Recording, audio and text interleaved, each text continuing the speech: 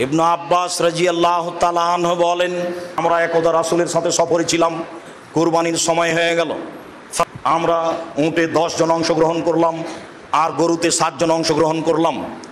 অত্র দুইটি সহিহ হাদিসে বোঝা যায় যে 7 জন একটি গরুতে অংশগ্রহণ করতে পারে, 10 জন একটি উটে অংশগ্রহণ করতে পারে। হাদিসগুলি যদিও সফরের সাথে সম্পৃক্ত, তারপরে আমরা সফরের সাথে বিবরণটি স্পষ্ট করতে চাই না, বরং বলতে চাই মানুষ যেখানে হোক না কেন জন হিসাবে 7 জন একটা গরুতে অংশগ্রহণ করতে পারে, জন হিসাবে 10 জন একটি উটে অংশগ্রহণ করতে পারে, এ কথাই ঠিক। তবে একটি গরুতে 7টি পরিবার অংশগ্রহণ করতে পারে, একটি উটে 10টা পরিবার অংশগ্রহণ করতে পারে, এ কথা ঠিক নয়। 3 ভাগ 5 ভাগ 7 ভাগে কুরবানি করার হাদিস কি সহিহ এবং রাসূলের কোন সাহাবীর সাথে কুরবানি করেছেন কিনা? আমাদের দেশের আলে হাদিসের ওলামায়ে কেরাম, আল্লাহ অনেকে মৃত্যুবরণ করেছেন, রাহিমাহুল্লাহ বেঁচে আছেন, হাফেজাহুল্লাহ, অনেক বিষয় সহিহ হাদিস মানার চেষ্টা করেন, অনেকগুলো বিষয় খুব ভালো, কিছু কিছু বিষয় ভুল বুঝেছেন। তার একটা বড় বিষয় হলো যে 7 ভাগে কুরবানি করা যাবে না। সৌদি আরবের ওলামায়ে কেরাম তাকলিদ দিয়ে বাড়াবাড়ি পছন্দ করেন, তারা হাম্বলি মাযহাব, তারা বলেন তাকলিদ জায়েজ, কেউ যদি তাকলিদ নাও করে সেই হাদিস মানে আলহামদুলিল্লাহ।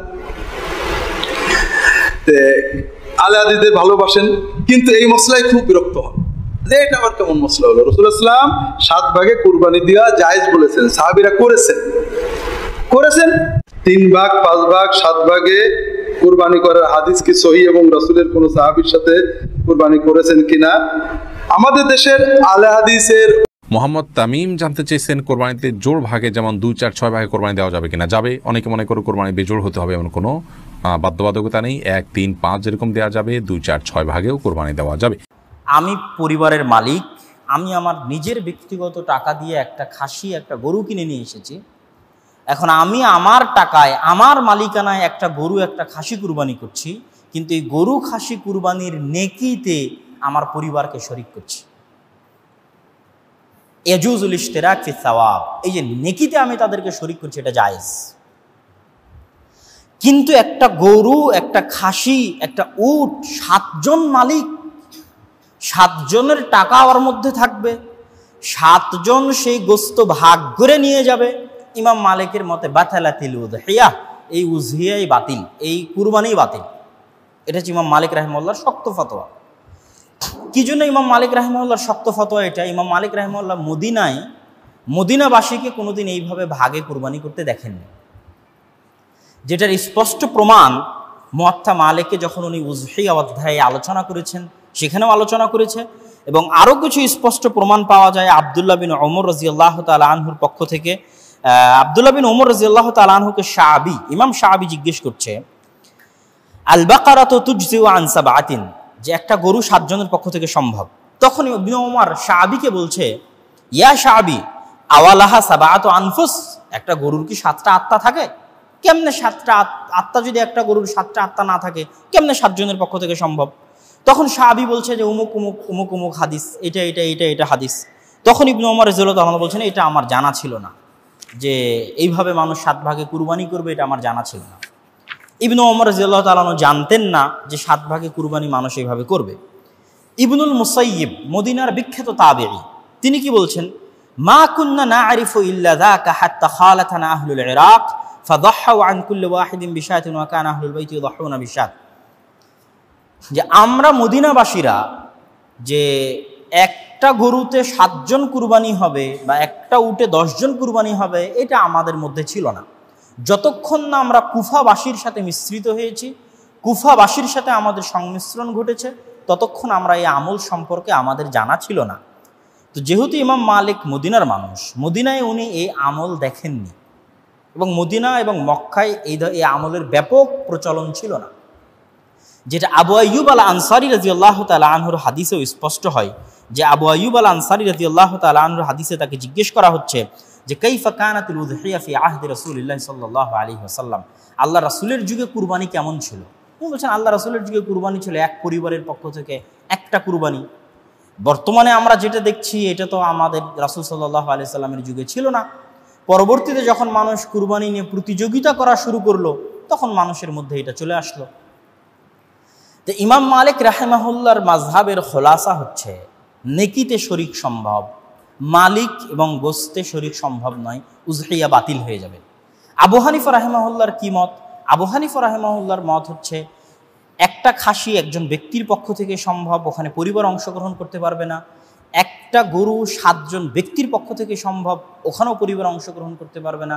একটা উট 10 জন ব্যক্তির পক্ষ থেকে সম্ভব, ওখানেও পরিবার অংশগ্রহণ করতে পারবে না। লা তাহতামিলুত তাজজিয়া, উজজিয়াকে কুরবানিকে ভাগ করা সম্ভব নয়, তবে যতটুকুর অনুমতি রাসূল সাল্লাল্লাহু আলাইহি সাল্লামের পক্ষ থেকে পাওয়া যায়। এখন আবু হানিফা রাহিমাহুল্লাহর মাযহাবের সবচেয়ে শক্ত দিক, যেটা আমাদের দেশের হানাফি আলেম ওলামারাও বলে না, অথচ সব হানাফি ফিকহের বইয়ে এ বিষয়ে একমত, সবাই একমত। যে কোনো হানাফি আলেমকে জিজ্ঞেস করলে আপনি এটার অ্যান্সার পাবেন। সেটা কি? ইমাম জুফার, ইমাম মোহাম্মদ, ইমাম আবু ইউসুফ, ইমাম আবু হানিফা সবাই একমত যে 7 জন ব্যক্তি যদি একটা গরুতে অংশগ্রহণ করে, 10 জন ব্যক্তি যদি একটা উটে অংশগ্রহণ করে, আর তাদের কোনো একজনের নিয়াতে ত্রুটি থাকে, সবার কুরবানি বাতিল হয়ে যাবে। এটা আবু হানিফা রাহিমাহুল্লাহর মাযহাব। শাফিঈ রাহিমাহুল্লাহ সবচেয়ে উদার কুরবানির মাসালায়। ইমাম শাফিঈ রাহিমাহুল্লাহ যে সবচেয়ে উদার, তোমরা ওই কুরবানি উটেও ভাগ দাও, গরুতেও ভাগ দাও, পরিবারও অংশগ্রহণ করো, তারপরে খাসিতেও পরিবার অংশগ্রহণ করো, নিয়াত এক হোক, নিয়াত আলাদা হোক, কোনো সমস্যা নাই। শাফিঈ রাহিমাহুল্লাহ হচ্ছে কুরবানির মাসালায় সবচেয়ে উদার, যেটার আমল আমরা বর্তমান সমাজে দেখতে পাচ্ছি।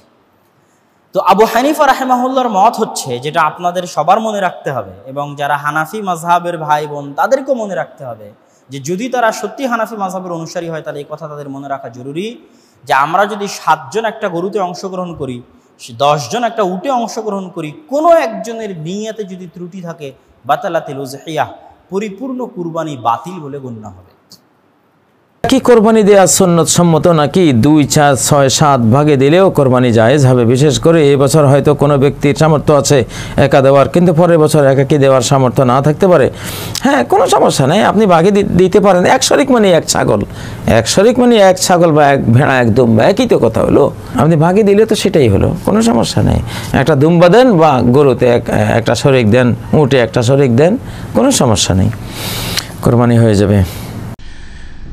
এখন থাকলো ভাগা। একটি ভাগা একজনের শুধু হবে না একটি পরিবারের হবে? সহিহ সহিহ হাদিস প্রমাণ করে নবী করিম সাল্লাল্লাহু আলাইহি ওয়াসাল্লাম থেকে যে একটি উট, রাস মিনাল এবিল মানে এক মাথা মানে একটি উট, একটি উট, ওয়াল বাকার একটি গরু গাভী, ওয়াল গানাম একটি হচ্ছে খাসি বকরি বা দুম্বা মেষ ভেড়া বেড়ি, ইউজজি আনির রাজুলি আহলে বাইতি, যথেষ্ট হবে একজন এবং তার পরিবার পরিজনের তরফ থেকে। ওয়াইন কাসুরু, যদিও তাদের সংখ্যা অনেক বেশি হয়, যদিও তাদের সংখ্যা অনেক বেশি হয়। শেখ বিন ওসাইমিন বলছেন যে বলো মেয়ে যদি 100 হোক না কেন, কারো ছেলে মেয়ে 100 হইতে পারে, 4টা বিয়ে করেছে মাশাআল্লাহ, 4-5 সংখ্যাও হইতে পারে, আজকাল হবে না। না জি, থেকে খুব সুস্পষ্ট, একটি উটে ওনারা 7 জন অংশগ্রহণ করতেন, একটি গরুতে 7 জন অংশগ্রহণ করতেন। তো এই হাদিসের আলোকে অনেকে বলে থাকেন যে এটি হজের সময়, সফরের সময়, কিন্তু মুকিম অবস্থায় 7 ভাগে দেয়া যায় না। আসলে এই কথাটিও ঠিক নয়, কারণ সুনানে আবু দাউদের আরেকটি হাদিসে এসেছে যেখানে আল্লাহ রাসূল সাল্লাল্লাহু আলাইহি ওয়াসাল্লাম সুস্পষ্ট বলেছেন, সেখানে হজ বা কোনো সফরের উল্লেখ নেই। সেটা হচ্ছে জেনারেল স্টেটমেন্ট, অর্থাৎ আল বাকারাতু আন সাবআ, গরুতে সর্বোচ্চ 7 অংশ দিয়ে কুরবানি দেয়া যায়, ওয়াল জাযুরু আন সাবআ, আর উটের ক্ষেত্রেও সর্বোচ্চ 7 অংশ দিয়ে কুরবানি দেয়া যায়। তো আর সেটা হলো যে শরীকে কোরবানি করা যাবে কিনা। আমরা দেখতে পাচ্ছি লামাজহাবি বন্ধুরা ঢালাওভাবে বলছেন, চ্যালেঞ্জ করছেন, আমরা যে 7 শরীকে কোরবানি দিয়ে থাকে মানুষ, বকরি খাসিতে 1 শরীক, একজনই, সেখানে কাউকে শিরকা, কাউকে কর্পোরেট করার কোনো সুযোগ নেই।